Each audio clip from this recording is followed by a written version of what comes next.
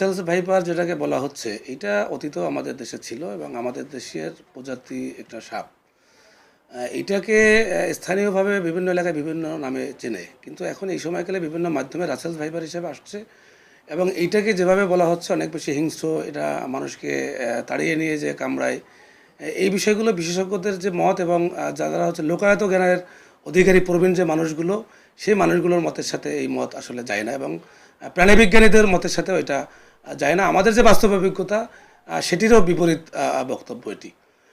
একটা জিনিস বলা হচ্ছে যে রাসেলস ভাইপারের উপদ্রব একটু বেড়েছে, এটা সময়ের ব্যবধানে পরিবেশ পরিস্থিতির কারণে বাড়ছে। আর একটা বলা হচ্ছে যে আমাদের যে ইকোসিস্টেম, সেই ইকোসিস্টেমে যে ধসটা এসছে ইতিপূর্বে, আমাদের পরিবেশের ভারসাম্য, প্রকৃতির ভারসাম্য নষ্ট হওয়ার কারণে, অর্থাৎ আমরা জঙ্গল নষ্ট করেছি, গাছপালা, পুকুর, নদী, জলাশয় এগুলো নষ্ট করার কারণে এদের যে অভয়ারণ্য এবং এদের যে ইকোসিস্টেম ঠিক রাখার জন্য প্রাকৃতিকভাবে